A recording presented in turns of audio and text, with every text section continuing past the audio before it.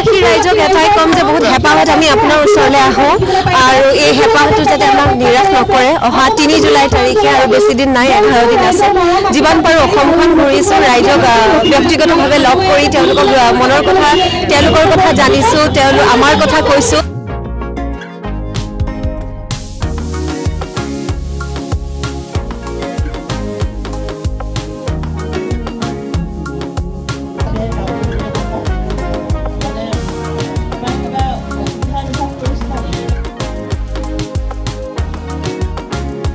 নমস্কাৰ সকলোকে। আজি আমি উপস্থিত আছোঁ লখিমপুৰত। আপোনালোকে নিশ্চয় উদ্দেশ্যটো গম পাইছে। ককা দেউতা নাতি হাতী দ্বিতীয় ছবিখন আমি শুভমুক্তি দিব আমাৰ 3 জুলাইত। গতিকে সমূহ দৰ্শকক অনুৰোধ কৰিছোঁ, আহক ছবিখন আঁকোৱালি লওক।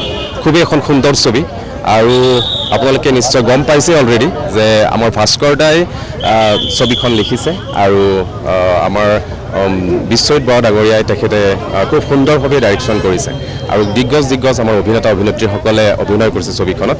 প্ৰাঞ্জল দা, আমাৰ আদিল হুছেইন দা আৰু যতীন বৰা দা, উৎপল দা, তপন দা, প্ৰীতি কংকনা সকলোৱে মিলি বহুত কষ্ট কৰি এখন ছবি আপোনালোকৰ উপহাৰ আনিছে আৰু প্ৰাইডিছ এণ্টাৰটেইনমেণ্টক ধন্যবাদ জ্ঞাপন কৰিব লাগিব। তেখেতসকলে ইমান ধুনীয়া এটা প্ৰজেক্ট আমাৰ অসমবাসী ৰাইজক উপহাৰ দিছে আৰু আমি এই ছবি জগতখন, অসমীয়া ছবি জগতখন আমি জীয়াই ৰাখিব লাগিব।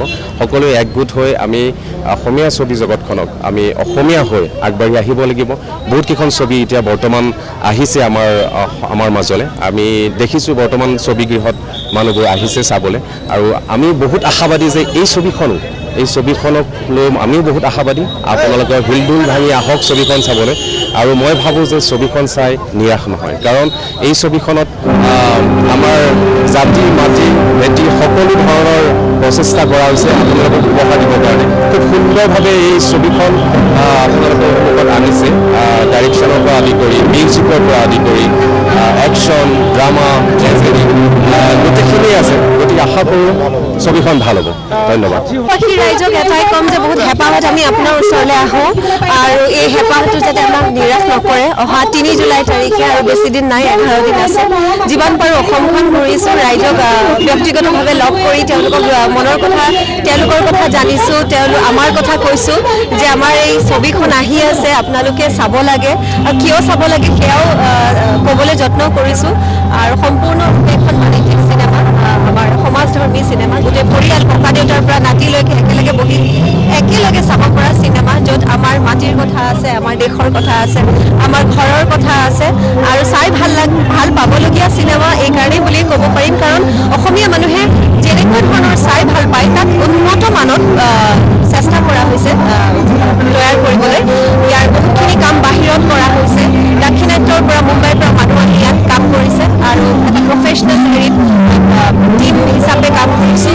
5টা দশকৰ যিসকল অভিনেতা অভিনেত্ৰী সকলোখিনি কাম কৰিছে আৰু তাৰ মাজৰ ময়ো এইটো দশকৰ অংশ হ'বলৈ পাইছোঁ আৰু গীতকেইটাও খুব সুন্দৰ। এটা গীত আমাৰ হেঁপাহৰ গানৰ শিল্পী জুবিন দাৰ কণ্ঠত ৰুণজুণ গানটি আছে আৰু বিভিন্ন গান আছে। অৰূপৰ কণ্ঠত জুবিন দাই অভিনয় কৰা এটা পৰিয়ালধৰ্মী এটা গান আছে।